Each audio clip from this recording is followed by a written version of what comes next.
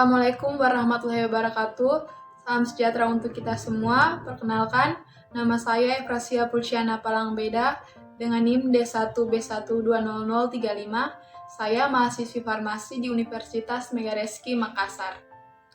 Selain untuk memenuhi tugas mata kuliah wawasan ilmu farmasi, saya juga ingin berbagi edukasi tentang dunia kefarmasian yang sedang saya geluti saat ini.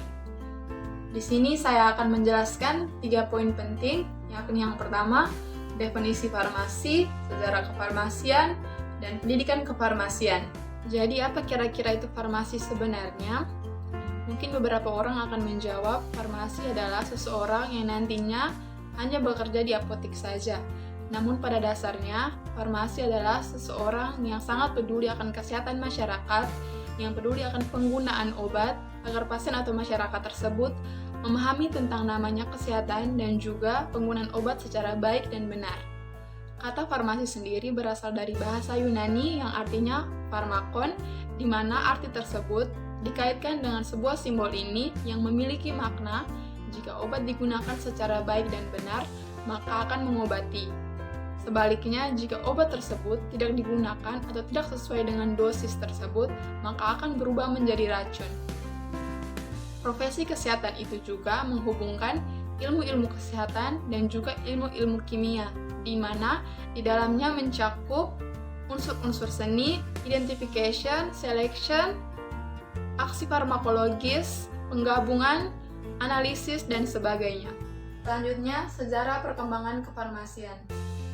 Perkembangan kefarmasian ternyata sudah ada sejak zaman nenek moyang kita, di mana para tabib dan pengobatan berkembang di Yunani, Mesir, Cina, India, dan berbagai wilayah di Asia termasuk di Indonesia, dengan sumber daya alam yang melimpah, membuat orang-orang terdahulu banyak mewariskan tradisi-tradisi melalui pemanfaatan sumber daya alam, dalam hal ini pemanfaatan tumbuh-tumbuhan sebagai obat yang dikenal dengan jamu.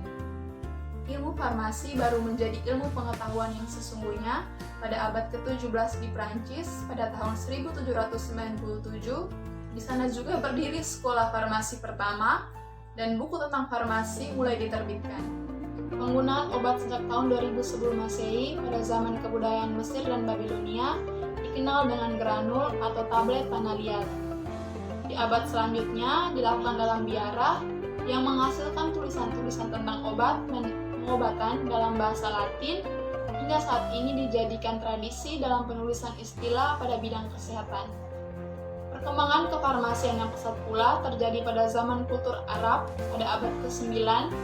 Hal penting yang menjadi tonggak sejarah farmasi ialah pada tahun 1240, di Sisilia, Eropa ada sebuah surat perintah secara legal menurut undang-undang mengatur pemisahan farmasi dari pengobatan. Surat perintah tersebut juga kemudian dinamakan Magna Carta. Dalam bidang farmasi mewajibkan seorang farmasis melalui pengucapan sumpah untuk menghasilkan obat-obat yang dapat diandalkan sesuai keterampilan dan seni meracik dalam kualitas yang sesuai dan seragam. Magna Carta kefarmasian kemudian dikembangkan sampai saat ini dalam bentuk Kode Etik Apoteker Indonesia dan Sumpah Apoteker. Ada pula ilmuwan yang memperkenalkan farmasi, yakni yang pertama Hippocrates. Ia merupakan seorang dokter Yunani yang memperkenalkan farmasi dan kedokteran secara ilmiah. Yang kedua Dioscorides, ia merupakan seorang ahli botani. Yang ketiga Gladius Galen, ia merupakan dokter dan farmasi dari bangsa Yunani. Dan yang terakhir Philippus Hohenheim, atau menyebut dirinya sebagai Paracelsus. Sangat besar pengaruhnya terhadap perubahan farmasi. Ia menyiapkan bahan obat secara spesifik dan memperkenalkan zat kimia sebagai obat internal. Yang terakhir, pendidikan kefarmasian di Indonesia. Ada beberapa jenjang di dalamnya, yakni yang pertama SMK atau Sekolah Menengah Kejuruan yang setara dengan SMA atau MA dengan masa studinya 3 tahun. Yang kedua D3 Farmasi dengan masa studinya 3 tahun. Yang ketiga D4 Farmasi dengan masa studinya 4 tahun. Yang keempat S1 Farmasi dengan masa studinya 4 tahun. Yang kelima Profesi Apoteker dengan masa studinya 1 tahun. Yang keenam S2 Farmasi dengan masa studinya 2 tahun. Dan yang terakhir S3 Farmasi dengan masa studinya 3 tahun.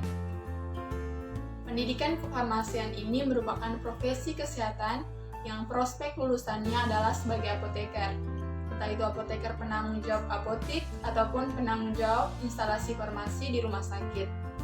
Tapi bagi sebagian orang yang ingin fokus di bidang penelitian atau riset, bisa melanjutkan pendidikan dari S1 ke strata 2 ataupun doktoral. Tetapi yang ingin fokus pada profesi apoteker, bisa langsung dari strata 1 ke profesi apoteker. Sekian dan terima kasih, semoga materi yang saya sampaikan dapat bermanfaat bagi kita semua. Lebih dan kurangnya mohon dimaafkan. Wassalamualaikum warahmatullahi wabarakatuh.